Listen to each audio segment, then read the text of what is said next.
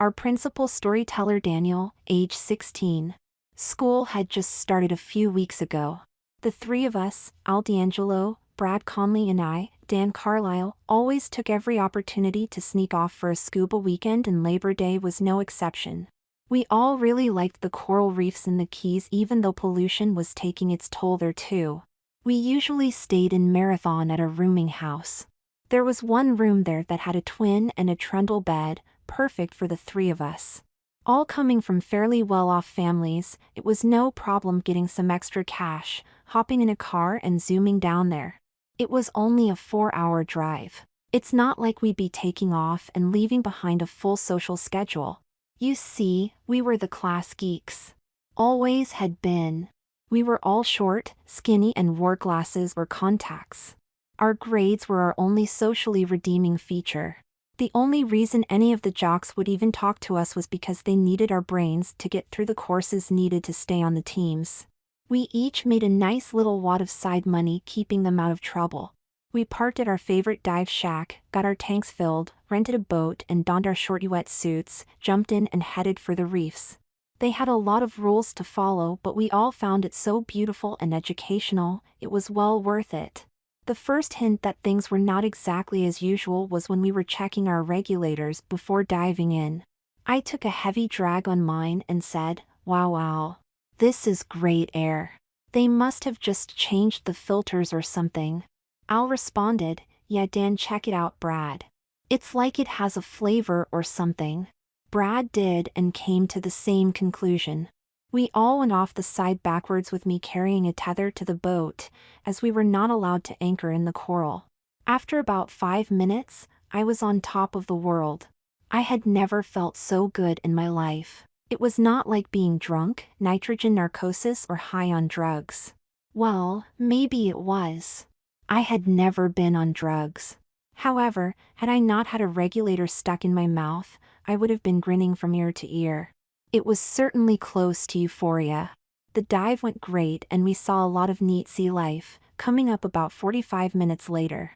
The effects of breathing that air for almost an hour became immediately apparent as we took off our masks, looked at each other and began giggling. What was in that air? Laughing gas? "Al, there is something different about you and Brad," I remarked. "I think maybe you got better looking down there." Giggle. "Never thought I'd be giving you this kind of compliment, but yeah, you too, bro. I just can't put my finger on it, but I feel great. We have to come back here over Thanksgiving." Agreed? Abso-darn-totally. We went back and got more air and went out again, encountering the same symptoms, amplified somewhat, deciding that maybe we'd better cool it until tomorrow when we could go down again a couple more times. We were feeling just way too good, like rapture of the deep. You know, euphoria? And I swear Brad and Al looked even better when we came up the second time too. I must have the bends or something, I thought silently. What do I care how hot their bods look or how deep blue Al's eyes are? So, we went back to the house and got cleaned up. As I was brushing my hair while blow-drying it, I noticed something. It seemed like I had more hair, longer, shinier, fuller for certain. It looked nice. I liked it, although arranging it was a bit of a pain. "Oh, well," I thought and let it go. The other guys looked a little different to me too, but I didn't want to say anything to put them off and kept quiet. It was like I was seeing them with different eyes. I can't quite explain it, but we all looked softer, less masculine, if that word ever applied to us at all. The next morning, Al woke up with a stomachache. Ostensibly it had been those clams he had for dinner last night. Anyway, rather than leave him in agony alone, we all packed up and went home, cutting our trip short. He had pretty much gotten over it by evening and we went on with business as usual on Sunday. The next Monday we went to classes, did our tutoring and went home. Nothing major. It went that way all week, but something was nagging at the back of my mind. One tiny tweak at a time, we were evolving. There were tiny, almost imperceptible revisions going on with us. However, I was very perceptive. By Thursday, when we all met in the tuck shop for tea, we all noticed the same thing. Our fingernails had grown about 3 times as fast as normal, and Brad whipped out his clipper, but out of my mouth popped, I don't think I want to cut mine, Brad. I think I'll wait until I get home and can file them. Cutting leaves ragged edges. He then took a good second look at his and agreed that maybe we all should file them instead of hacking them off so short and put the clippers away. When my mom caught me sitting in a chair watching Oprah and filing my nails, she couldn't help but giggle. Well, Danny, when did you decide to stop hacking them back to the quick? Just today, Mom. The three of us just decided we might like taking a different approach, so we're trying it. How do they look? Pretty nice, huh? Well, not bad for a beginner, Danny, but here, let me help you this first time. You don't want to file them straight across like that. Mom took over and showed me about which way to swing the file and how to shape and undercut and take care of my cuticles and push them back and all. It was a nice mother-son moment. It also made them look really long.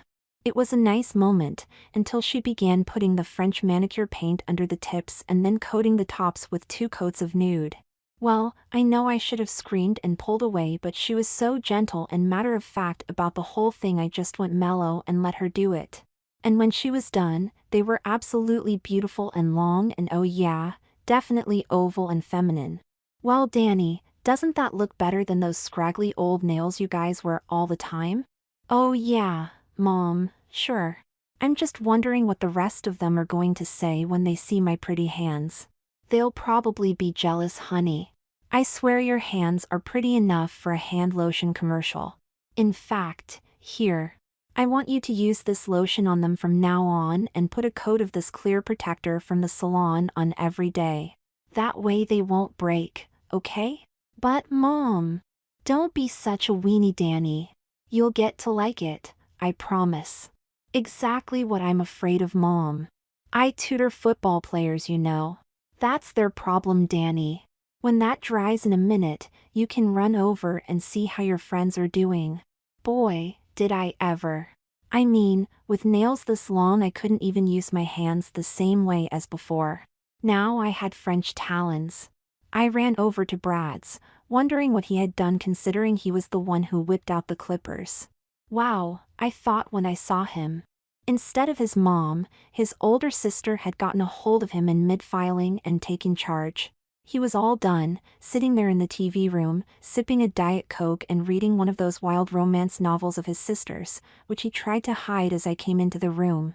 Oh, hi Dan. I was, just reading. So I see. A Western. He had his hands behind his back. The heroine anyone I'd know? I don't think so, Danny. Well, what did you do with them? I asked. Very timidly, he held them out for my inspection. Well, at least they didn't have French tips like mine, but they surely were long and rounded and shiny and feminine just like mine. They're very pretty, Brad. Who did them? Jeannie. She will do anything to clean up my geek image even if it means this. And I just know if I try to cut them now she will absolutely beat me into a pulp. So the pretty nails stay? I guess so. Well, it could have been worse. She could have decided to paint them red or style that mop of yours with ringlets. Don't go there, Dan. She's already threatened that little job for next time she's at odds for something to do. Oh wow. We then called Al. It seems he suffered a fate even worse than ours. His mom wanted to give him a pedicure as well, and he ended up with similar girlish nails and medium pink frost toes as well, with an admonishment to leave things alone or else. We decided that we needed to get together over a soda, so after dinner, we went to the local Sunday shop.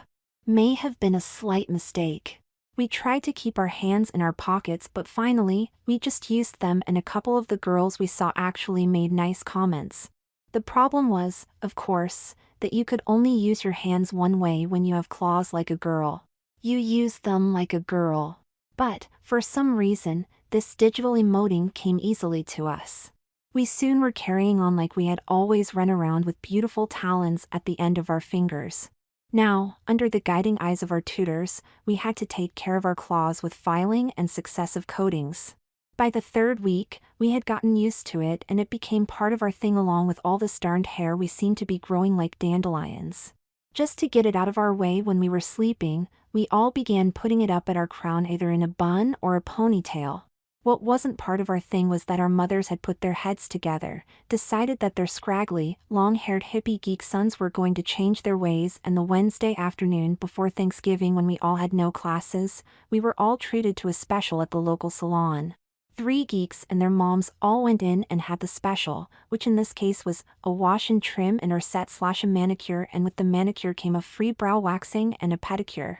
It was a big shop and they had us all in chairs at the same time. They had been told what to do by our moms. It was special, all right. That waxing really hurt even with the deadening stuff, but we had to admit our bushy eyebrows never looked better. Then they rubbed in some cream called tallow. While they had our heads in the basins, hair in rollers and whatnot, we couldn't see what they were doing with our hands. We assumed just more of the same. Well, thank heavens they didn't put on colored polish, because now we all had acrylic French tips with acrylic overlays that stuck out about 1/2 beyond our fingers. Clear or not, there they were, shiny and beautiful. And our hair. God! Brad's had been colored into a deep auburn and cut into a Dutch boy or a page boy or something that was really swingy. There was a really cute girl with that style in one of the magazines, but Brad sure didn't look that cute in that style. And sure, it will be very easy to take care of, but with bangs and those eyebrows and the nails? He was cute the way they shaved his neck and all. All he needed was tits and makeup though, and I guess he could have been downright foxy. I was stunned as he was the first one finished. The change was remarkable. I saw him looking at himself in the mirror and noticed the lump in his shorts growing. I really didn't blame him. He looked hot, but he didn't look much like a Brad. Maybe a Brandy? Al and I ended up with long, layered cuts, his parted on the right side and me with bangs like Brad but with no part and with extra body on top. I was humiliated.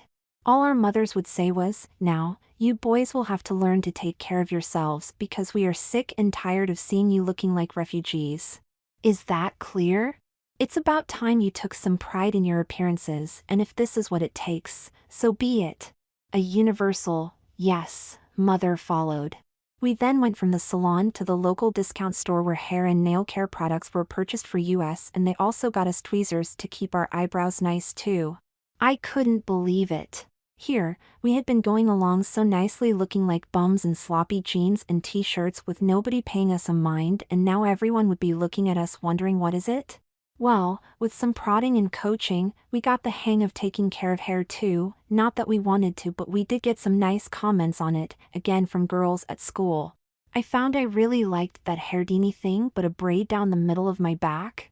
What none of us liked was having to put it up in rollers and sometimes having to sleep in them. However, we had to admit the results were worth it. It was time for our next sojourn into the deep, and we couldn't wait to get there. We arrived at the house, left our clothes, and with wetsuits already on, set out for the dive shop for air. Now, usually we would have changed on the beach, but we were all now a little self-conscious about, well, certain things. It was bad enough sharing that knowledge with each other, let alone strangers on the beach. You see, it wasn't only our hair and nails that had grown pretty. Because of our mutual problem, we decided that we would all have to get different style dive suits. The ones we had were squishing us terribly in certain places. After spending a couple hours with the fishes, our second tanks having expired, we decided to go back and get cleaned up. Cleaned up now meant a little more than it used to the beginning of September. Brad was the lucky one with the chin-length page boy. It dried quickly and hung just right, framing his small face beautifully. We had all been taking so much more time with our grooming with the hair and nails lately.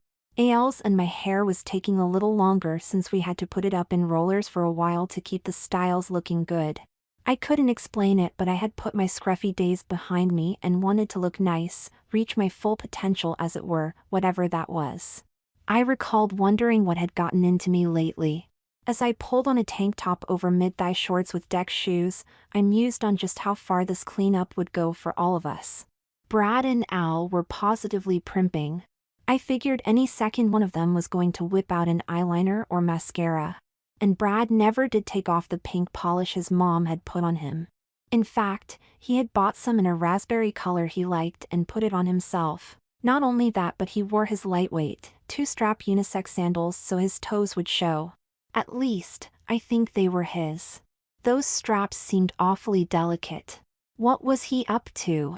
Sexy hands, sexy feet? What next? We went out and roamed around town and found ourselves window shopping in places we never would have imagined we would look. I mean, I never looked into a women's wear window in my life before today, but we surely did. We stopped. We stared. And we made some of the oddest comments to each other, call it discoveries for want of a better word.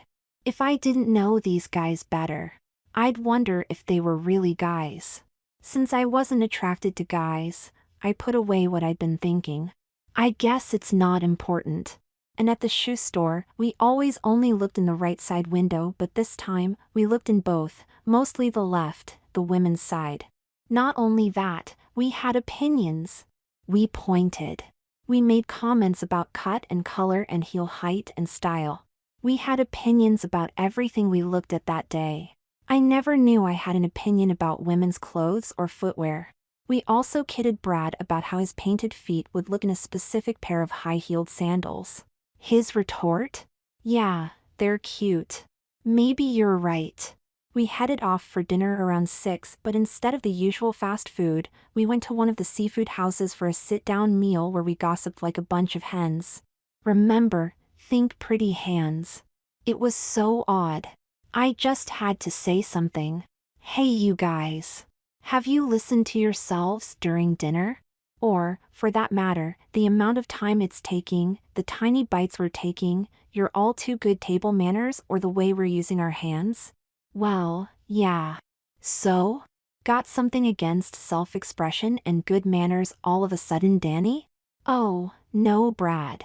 Not at all. Your hair and nails and all are lovely, Brad. I'll get over it, probably. It's just, I've never heard us so talkative and about clothes and shoes, of all things. More importantly, about girls' clothes and shoes. Like, I never knew any of us gave a flip. It could just be that we're developing some taste for a change, Danny, said Al. Heaven knows our moms have been on us long enough about it. It's certainly an interesting taste then, comrades. That sundress in Schrader's was really cute. As we got ready for bed that night, having to share 2 queen-sized beds as the other room wasn't available, I couldn't help notice Al's body. Something was subtly different. The entire picture of both of them was different, like there seemed to be more of this or less of that, and the hair and nails just confused the situation more. I think their eyelashes had even gotten longer, and with the tweezed brows, well, I just couldn't figure it out. We slipped into the new lightweight nylon pajamas we bought from that nice lady while we were window shopping at Gale's Fashions, got into bed and put the lights out. That was another thing. As I was drifting off, I relived that incident. We had stopped in front of this small specialty shop. There was obviously only one woman on duty, and the window was filled with, well, a lot of soft, pretty things including nightwear. She invited us in when she saw us there gawking. We became less inhibited rather quickly. She was very friendly. Indeed, we were sounding like 3 girls shopping, and the lady was treating us like that too. Brad bought a TOE ring. We bought some pretty pajamas, lightweight tricot nylon and matching panties which, after putting our hair up, we slept in that night. Panties. I could not believe what was going on in my head. It all felt delicious, and I was sorry I hadn't gotten that mist green nightie she showed me. In the morning, we went home. The trip was uneventful except for somewhat more animated conversation than I was used to from these guys, especially all the giggling and the talk about clothes and hair. Since all I could do was drive and listen, what I heard was not my buddies. Their voices had slipped a cog. Upwards, I was sure. Of course, we had to redo our nails before we left since they had been in salt water so long. What we wore home was our shorts, tank tops and panties with hair swinging at our crowns and scrunchies. I was sure we had all developed a bit of, how shall I put this, preteen fat. I'm trying not to put too much of a label on it for fear it might sense my comment, and decided to multiply. The time between Labor Day and Thanksgiving passed with the ever-present classes and homework. I was glad we were all living at home because I think we would have been a little out of place in a dorm. The strangest part of the time was when we had a sleepover at my house. I mean, since when do guys have pajama parties? And what snazzy pajamas! All three of us seemed to be evolving in less subtle ways during the ensuing weeks. We had also been back to the salon for fills on our nails, which were now even longer. We were all painting our toes now. Brad seemed more slender but with more hips, his hair longer and his pecs heavier. Al and I no longer had any trace of flab around our middles, but our pecs and butts seemed to be on the increase too, and all three of us were getting a tiny bit of a tummy below our flat stomachs. Our muscle tone, if in fact we had any left, had evolved into one smooth, undefined mass. Apparently, our taste in nightwear had also changed. I knew a kid in high school who always preferred nightshirts to pajamas, and when I questioned him, he explained how much more freedom he had in them. The Saturday before the sleepover, we had all been shopping at the mall and discussed that at great length. We had all succumbed to the idea of a nightshirt during the discussion of the coming party, but there were none to be found. Our lightweight pajamas were nice, but we wanted something nicer. Sexier? Something more titillating? Determined to have our way despite a spate of butterflies, we all opted for the next best thing, namely, a nylon nightie, which we found a great assortment of at a national chain lingerie store in all sorts of wonderful styles, fabrics and colors. This was just the thing then. I found one in orchid, although it had a little more lace than I would have liked. Brad found a pink one trimmed with pink ribbons and white lace, and Al liked a light green one with spaghetti straps, which did show off his soft, narrow shoulders and his budding chest. I didn't remember Brad as having such nice, smooth shoulders. They were all waltz length except Al's. His was ankle length. Not exactly the kind of fare we started out to buy, or so we thought. When it came time to put them on for bed, we were a little amazed at how we looked. We were in night dresses. Dresses! And we didn't look that bad considering the hair, nails, and eyebrows. Al just couldn't contain himself, saying with great animation, "Danny honey, that Grecian gown looks really great on you. Darn, you are getting really cute. Wow. I'm sorry. I didn't mean to insult you, bro. Lots of girls have told me I'm cute, Al. Don't make a federal case of it. Let's just play some gin, okay?" I tried to ignore what he said, especially the honey and how I felt about it, but I couldn't. It felt like a compliment and I liked it. And I knew what he meant when he said cute too. He meant girl cute. Oh, my. And I didn't even care that he called me honey. We looked softer. And our pecs rather stood out, almost like breasts in the cups. No, not almost, really like breasts conical. They were now all fat, feminine fat, pointed, ergo, breasts, and with large, dark nipples too. We universally hated our hairy bodies all at once, and so at the end of our evening, after some cards, ended in giggle fits in the bathroom as we got rid of all that hair that made our gowns look strange. When we finished, we looked each other over and agreed. Much better. The only body hair left was a little patch of pubic hair. Our panties hid that. Then we brushed each other out and did our own nails. I said, "You know, Polly was really right. I think I'm going to like a gown much better than pajamas. It's so light and feels really neat against my legs now. And body hair is so gross. I'm never going to let that grow out again. You're getting rather lumpy, the both of you. Better watch what you eat from now on." "Go look at yourself before you throw stones, Danny," replied Al. I swiveled over to the mirror and did. Must have been the influence of the gown. I swished. My butt seemed to have a mind of its own. He was right. I filled my Grecian-styled gown a little better than I would have imagined, and certainly more than I would have wanted to back in August. "Huh, imagine that," I replied. "Maybe I am kind of cute after all." Those were not muscles in that bodice with their dark nipples at attention. They were my breasts and I liked them. I just knew we were going to become close friends. We had our Thanksgiving dinners with our families and headed for the Keys. Our mothers were quite pleased that we were keeping our hair and nails so nice. They never said a word about our running around in curlers or having to go to the salon for a wash and set. Of course, they never saw us in our new nightwear, and a good thing too, although we packed it. Funny, they never said anything about the various satin panties in the wash either. How odd. And we jiggled. We all really should have been wearing bras, but none of us had the nerve. When we arrived, we only had time for one dive, so we got right to it, going to the same dive shop for air. It tasted just the same as last time and we fell overboard to our dive after about a 15-minute run to the site. We were elated to be in the coral again. I've never seen the guys so animated before. We were all having a wonderful time until we ran out of air. Still, we were full of fun and giggles when we were taking off our gear. We went in and had our tanks filled up so we could get an early start tomorrow. The lady who filled our tanks looked vaguely familiar, but I couldn't place her. She may have been related to the former owner. Then we headed back to the rooming house to get out of our wetsuits and rinse our hair so we could cruise. The appearance of myself and my friends was definitely changing. It was more noticeable now. I didn't know how aware they were, but I certainly was. I was getting round and fluffy in places only girls are fluffy, and so were they. Our packs were held in by our wetsuits, but without them, they looked more and more like breasts with their larger, darker areola.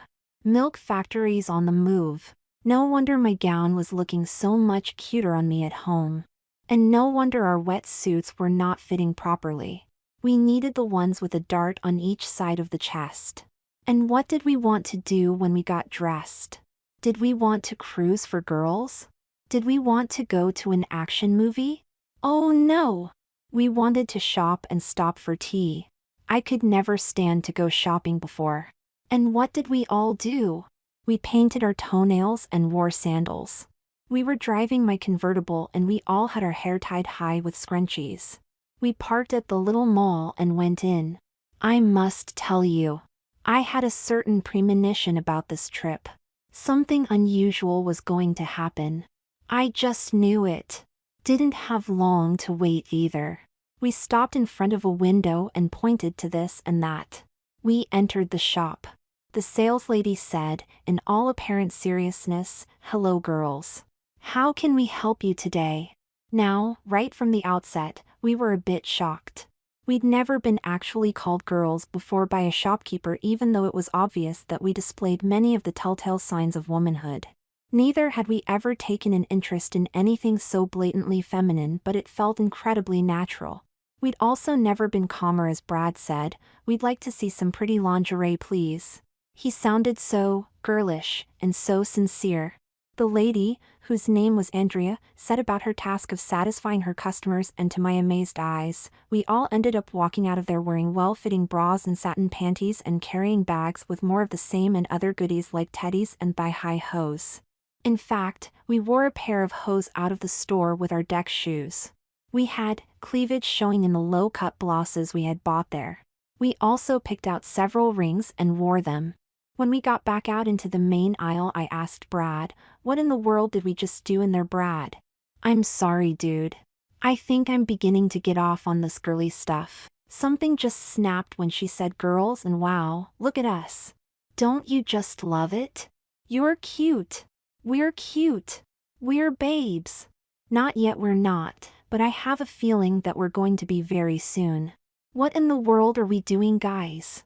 I never knew we collectively had a girlish bone in our bodies I might add, that are taking on a whole new flavor. Al came back with, "It appears we like nighties and shaving our legs more than we planned," giggle. And frankly girls, if I'm going to be lumpy and with cleavage, I'd like some prettier things to cover my lumps. Now, all in favor, follow me. And off, he went for the nearest dress shop. Brad and I stood there, mouths open, stunned. Then we ran to catch up. And not like boys did we run, oh no! Hip-swaying girl trot was how. The next shop found us unabashedly combing through the racks of skirts and blouses and dresses, taking stack after stack to the try-on rooms and ogling ourselves and each other both helpfully and competitively. We left with slips, a couple skirts and blouses and short shorts each, and head scarves. And we were wearing the skirts and blouses. Our sandals just did not cut it with skirts as far as we were concerned, so we had to go to a shoe store at once. We all purchased a couple pairs of flats and mid-heels, but we ogled the high heels in the window like a bunch of preteens who couldn't wait to grow up so they could dress like mommy. We wore the flats. We were exhausted and went back to our favorite seafood place for dinner, where we were treated like, what else, ladies? It was so neat and strange. Our voices, they were suddenly so liltingly soft. Where had our bravado gone, not to mention the baritone and tenor? It became bravada and alto. On the way back to the motel we were talking a mile a minute with a lot of giggling intermingled. We put the top down, put on our headscarves and cruised home. Some boys tried to pick us up. Imagine the nerve. Dummies didn't know we weren't really girls. We didn't sound like girls, did we? Yes, I suppose we did. Our voices were just too high to be boys any longer. As we bathed that night, we all got rid of the last vestiges of manly hair under our arms and we cleaned up each other's neck hair. None of us seemed to have much body hair lately. No one seemed embarrassed to be seen in her new shell either. In fact, none of us had shaved our faces since we got there. There were some very genuine butts and bosoms in panties and bras in that room with very tiny bulges in front. It was Al and I in the one bed that night and Brad was alone. When I woke in the morning, Al was spooning me. He had his right arm under my right arm and his right hand was gently around my right breast. I didn't know what to do, but my nipples did. They came to attention. Neither did I know how I felt about that, so I gently moved his hand, but as I did, he woke up with his nose snuggled in my hair mumbling, "Morning, honey." I finally determined that all this wasn't that bad, but just then Brad was standing at the foot of the bed saying, "Well, don't you girls just look darling, Alicia and Danielle? Comfy, are we?" She added a flip of her now longer hair and a jaundiced eye for effect. I didn't know how to respond to that. I'd been caught spooning with my friend and had just been rechristened with, let's face it, a fitting, girlish name, Al too. And then I realized that I had just mentally referred to Brad as she. So I said to Alicia, "What do we do, Alicia? Beat her up now or let her get away with it?" "I'm too tired to beat her up, Danny. Let's just give up and go diving, okay?" "All right, but will you unhand my breast so I can get out of bed?" "Oops. Sorry." "Sure, hon. Don't know how that happened. You were asleep. No offense. Besides, I liked it." Smile. So, we fixed our hair into high ponytails as we did not wear hoods, got into our wet suits and wet shoes and headed for the park. We already had our wonderful air, so we got a boat, went out, found a spot and dived in. After we ran out of air, we went back in and got some more for a second dive, knowing our stomachs were crying for food. At the dive shop, the owner greeted us with, "Hi ladies. Back for more air? Great air, isn't it? Got a whole new system since you were down last spring." Yes air. Bobby, is it? It's really great stuff. That ISU, isn't it, Bob? We love it, but it seems to have some side effects or something. In fact. Yes, I know all about the air girls. I'm a diver too, you know, and I've been using it for 6 months at least once a week. Just look at me. In fact, you may as well get used to calling me Bobby with an I because Robert has gone fishing and isn't coming back, I'm afraid. And you may want to reconsider your wetsuit styles. I think you're going to need women's suits or you're going to choke your boobs. Yes, you'd better show us some new ones, Bobby, please. And so, while we were in the process of looking and trying on better fitting wetsuits, so, what's causing this, Bobby? We've had the EPA and OSHA down here and even they can't figure it out. We're locked into the outfit that made the system, but we have changed all the filters not once but twice. Nothing seems to help, but they are still letting us operate and recoup our investment. Don't you think it would have been nice to warn us first? We seem to be in some kind of sex change time continuum or something. Well, you know, that's the way I felt originally, and then the guys who bought the air just seemed so happy with themselves and their new personalities that I just let go of it, and so far, nobody has sued me. I know you feel wonderful and my clientele certainly is the prettiest in the area, yourselves included, I might add. And with the girls, it just seems to make them more girlish and accepting of what's happening to their guys. It's a win-slash-win situation. I haven't lost any customers, but then again, not many guys dive from here anymore because pretty soon, they aren't guys anymore. Is it going to get worse? By worse, you mean complete? Yes, exactly. Come on back into my living room for a minute. You deserve to know. You've been coming here for years. Now, Bobby's general build on her now 5 feet 5 inches frame was obvious, but then she pulled down her bikini bottom and that was worth 1,000 words. Oh, my God, Bobby. You're really a woman.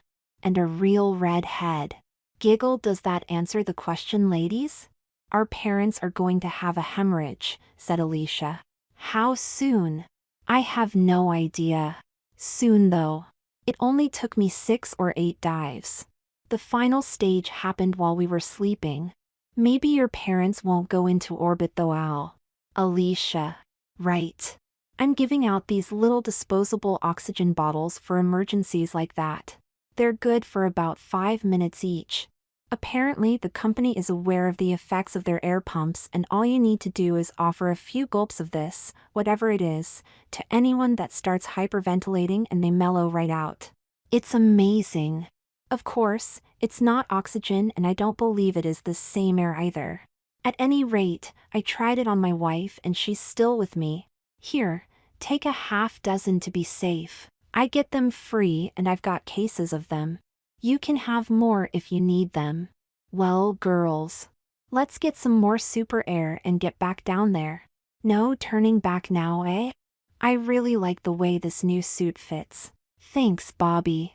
We emerged from our 6th exposure to this wonderful air knowing we were more aware of sight, sound and color. And color was on our minds as we put on our blouses and short shorts with our flats back at the motel and headed back downtown. This time we headed to the local salon where they made us appreciate our newfound femininity. We got complete makeovers replete with perms and new acrylic nails and we all got our ears pierced twice. We didn't realize that would cut our diving trip short, as we couldn't go back into the sea with wounded ears, so we went home after acquiring a few more things at the local stores and a few more accessories at Bobby's dive shop. Just a few more things were all we got, a blouse, skirt, dresses, and several pairs of high heels to go with the dresses. I got some highlights. Bradley got rechristened Lee at her own request. Our boy voice is gone. Totally girl now. That air washing over our vocal cords took care of that nicely. Adam's apple's gone. Our bosoms blossomed along without butts. Our faces softened almost beyond recognition. Only those who knew us really well would recognize us now, and also of course as soon as we got out of the salon, guys started hitting on us. That was kind of fun and worrisome. Was I digging guys now? Maybe. If I was going to end up a female, why not? And what was going on in our panties? On the one hand, not much, and on the other, well, I don't want to even go there. Let's just say that we could now wear the most revealing skin-tight shorts or jeans and not reveal a thing, okay? We were squirming in our seats all the way home. We had twitches and itches we didn't even want to think about. It wasn't waiting for our sleep. It was happening now, in the car. This was going to be some homecoming. And how were we going to get back into classes as Alicia, Danny, and Lee? We certainly had more questions than answers. We tried hard to figure it out on the way home. 4 hours wasn't really long enough to fine-tune everything. We only got the rudiments covered and we never stopped talking. First, we attacked the problem of what we were wearing. We were, for this mission, over the top. We were in full makeup, dangle earrings with studs, had painted toes and long red fingernails, and had major hooters going on along with tiny waists and bubble butts. We were all somewhat smaller in stature and our voices had changed permanently. So, what could we do? Our own families would not recognize us. We were females. I have it, Danny, said Lee. Let's just try toning it down to a dull roar. We'll get rid of all the color, pick up some sports bras and t-shirts to cover our boobs, put our old boy shorts on and wear our deck shoes. That will cover our toes. We'll look almost normal. Great idea, Lee. Except we don't sound the same and certainly don't look the same no matter what we wear. We resemble our families but we don't look anything like we did. How you going to keep those size 9s on now that you wear a 7? How we gonna hide these hooters or claws or hair or the fact that you now look more like your sister than your sister? Still, I think she has a plan and that's about the best we are going to come up with. Let's pull into Punta Gorda and redo ourselves down several notches for the initial meeting. then as the questions come, if anyone needs oxygen, we can mellow them out, okay? Sounds like a plan, Danny. So we stopped and made a few adjustments. We were no longer major babes but merely extra cute girlish boys with scrubbed faces coming back from a scuba trip. Alright, very cute girls with no makeup coming home from a scuba trip. Our little weenies had disappeared between sensuous folds of moist skin. We didn't actually have vaginas, yet. I can't wait for the shit to hit the fan, exclaimed Alicia. Lee was the tallest of us, now reduced to 5 feet 7 inches from a strapping 6 foot. She went straight to her room, missing her parents entirely. Her sister Helene spotted her and challenged who she was and why she was there in their home. Lee trotted out her ID and explained the fantastic tale to her, hoping that she, being young and supple-minded, might grasp this. Instead, she screamed at the top of her lungs, whereupon Lee quickly administered first aid by giving her several jolts of mellow juice. Lo and behold, Helene became calm and Lee was able to win her over to the fact that she had a new sister now. They could now take the team approach to explain it to Mom and Daddy. The next thing Helene said was, "If what you say is true, how about taking our pain-in-the-ass little brother scuba diving next time you go? That would sure be fun. We could all go together. You know he's been wanting to for ages. He's only 12. He'd never know what hit him. You know what a complete little shit he is. Perfect timing, sis. By the time he's 13, he'll be really sweet and nice to be around for a change. Okay. We'll invite him. His puberty is going to be a hoot. Okay, but only if Mom and Daddy say it's okay." At dinner time, Helene and Lee went downstairs and plopped down in front of the TV in the living room, reasoning that they didn't want to risk anyone getting hurt in the family room with the tile floor. Lee's mom didn't have a clue who she was, and when Helene told her, she predictably fainted dead away. The girls caught her, put her on the couch and administered first aid from the canister, a good dozen breathfuls while she came around to consciousness.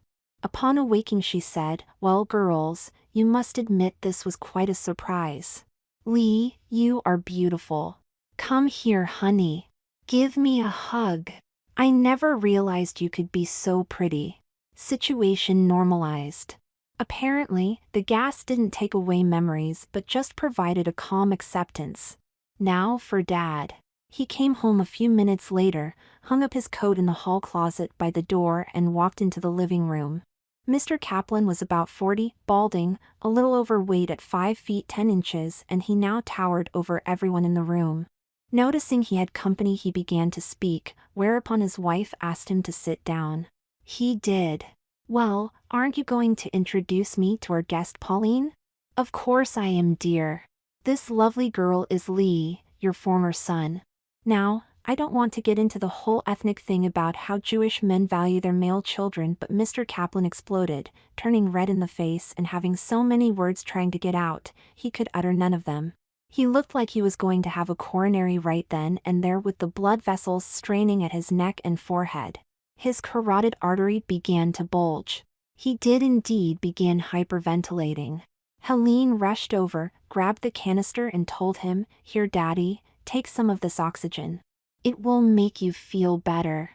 She held it to his face and he took it from her willingly, holding it there himself and breathing for a good 2 minutes. The results were nothing short of amazing. "Well, what do we call you now, dear? Now I have 2 beautiful daughters. This is wonderful, isn't it, Mother?" Just then, Jason came home from Little League and threw his glove in the corner. Upon seeing Lee he said, "Wow, who's the new babe, Helene?" "Have a little respect, you little twit," she replied. Helene very casually walked over to him with the canister behind her back and said, "This is your new sisterly honey." His cries of "but I've only got a brother called Brad" were almost totally muffled by the mask over his face as he took in large forced gulps of special error gas or whatever it was. She was much stronger than he and held it to his face until he quit squirming a lot of breaths later. "Golly Lee," he said. "You're a stone fox. How'd you get so beautiful?" Lee replied, "Would you really like to know, Jason? It is an interesting story." "Yes, I really want to know the whole story." "Well, To fully understand it, then you have to come scuba diving with us a few times so we'll have time to tell you all about it, okay? It takes a while in the telling. For now, just accept it as fact that Lee is your sister and she's going to break a lot of hearts, said Helene. You don't have a brother anymore. Yeah. I really want to hear this one. It ought to be a Pip. How my nerd brother became a gorgeous babe. That I do want to hear all about. Sure, I'll come if that's the price of getting the story. Besides, I've been trying to get you guys to take me down there forever. Okay, little brother. We'll be down there for a whole week after Christmas and you are invited to come. We should be able to get in at least a dozen dives. That should do it for you. Great. I can't wait to tell the guys. Whoa, little brother, said Mom. You are not going to spread this all through your group of wild friends until you know what you are talking about, so just forget it. If one word of this gets out before you all get back from that trip and we hear it was you, you're grounded for a month. Make that 2 months with no TV, no bike, and no games. Aw, Mom. It's a great story. Maybe so, but it's family, so leave it be for now. Oh, all right. This should be interesting, remarked Helene in a whisper. Well, you'll get what you want, won't you? No more nasty little brother and she'll have a normal puberty. Meanwhile at Danny's, when Danny got home in her baggy t-shirt, shorts and patent sandals, her mother just told her to go get cleaned up. You look like a shambles. Go take a soak and wash that hair, honey. Yes, ma'am. Well, Danny did take a soak in some scented oils, styled her hair, put on her makeup to the nines, then donned her revealing short shorts over satin panties and made the most of that most excellent butt. Then she put her 34C boobs in a proper underwired sling under an attractive shell and stepped into her new mid-heeled wedge sandals, exposing her cranberry toes and great legs. Then she bopped into the living room with a canister playfully tucked behind her back. Hi, Mom. I'm back. Better? Daniel Cranston Weaver, what have you done to yourself? You look like a girl, for pity's sake, and a very pretty one. Mom, please remain calm. I am a girl now and I can explain everything if you'll let me. Just then she was about to go into a tirade and Danny saw it coming in time to grab her behind the neck with one hand and put the mask over her mouth with the other. Just breath easy, Mom. You'll be okay. I'm fine too.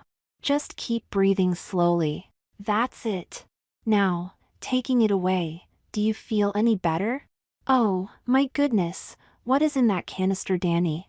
It's wonderful. May I have a few more breaths? Sure, Mom. I have another one for Daddy. Well, needless to say, all our experiences were similar and we did indeed make an excursion for a week in the Keys. When my 12-year-old brother began the week, he was a normal kid and still a pain in the ass. He was persistent in trying to forcibly drag the entire story out of us about how we became girls, but we just as persistently avoided telling him the entire story or the whole truth, nor did we ever mention the scuba shop air. We just played around the edges of the story with casual innuendo and pseudo-facts to whet his appetite. We could see a slight shift in his mindset begin to form around the third dive. He was becoming a tolerable kid to be around. By the time the 6th dive was over, however, he was joining in our shopping trips with a little more interest. Apparently time had nothing to do with the transition. It had to be about the volume of this strange air that passed through your lungs and every capillary of your body. Since his body mass was less, the air didn't have to work as hard or as long. Jason didn't really see it coming, but we all noticed how he was beginning to get rounder, not to mention sweeter and a bit swishy. Beginning that day, we insisted that he stay with his older sister, Helene, as he was getting very girly and she could guide him better than we. I took pity on him and bought him some new shorts because his were getting so tight. And he was getting a little jiggly in the chest too. One more day and he should be in a training bra. His thighs were filling in and he was now devoid of any muscular definition. His face, once rather cherubic, was now becoming cute in a sweet, girlish way. However, since the only time he looked in a mirror was to comb his hair, none of this had hit him with full force yet. He thought he was acting perfectly normal, which was true if you factor in his new disposition. Finally, after the 10th dive on the 5th day, we came up to the surface, and when we got out of the water, it was obvious that Jason was a goner. His hair, long before now, was longer still and now reached his shoulder blades. His bottom and bosom had become quite obvious even under the boyish wetsuit, and his movements quite girlish. He now walked like a girl, emoted like a girl, and was turning out to be very cute and sweetly dispositioned, which was the hoped-for result. When we took off our shorty wetsuits, he finally discovered the entirety of his new body and screamed. There was now only the tiniest lump in his trunks, and he really needed a girl's swimsuit. His large, brown areola and nipples were indecently hard, exposed and pubescently conical. "Well," said Helene to Jason, "now you know how you got a new sister, don't you? I'm sure you'll want to spread the whole story all over town just as soon as we get home, won't you? Giggle take an ad out in the paper, why don't you? We'd better get you to a store in a hurry and get you some appropriate clothing, don't you think, little sister? What shall we call you now? I really think the first place I need to go is a bathroom," she squeaked. "I'll go with her," said Helene. My brother didn't skip a beat at being called her. When in the girls' room, our new sister took down her wetsuit and saw the damage to her chest with its budding-a-cup breasts. Then she pulled down her suit all the way, revealing her boy's Speedo. Once in the stall, that came down and a shriek could be heard outside the bathhouse. "Helene, it's gone. I'm a girl." "Yes, honey, we know. We're sorry, but you just had to find out the hard way, didn't you? Now, about a new name. I like Marianne. You didn't have to think about that for long. If you want the truth, I've been thinking about it since yesterday. I've been feeling awfully. Am I cute? Will boys like me, Helene? You are major cute, honey, and they're going to be all over you by your next birthday. I think I need to do some serious shopping, sis. These dumb clothes are never going to make it. I want some pretty things. We thought you might say that. The other girls are waiting. Let's go." And that is the story of how a real pain in the ass became a major teen fox. So, be careful of the air you breathe. Personally, I'm NAUI certified and can take you to Bobby's Dive Shop if you'd like. I live in Florida on an island off the West Coast, and that's the truth.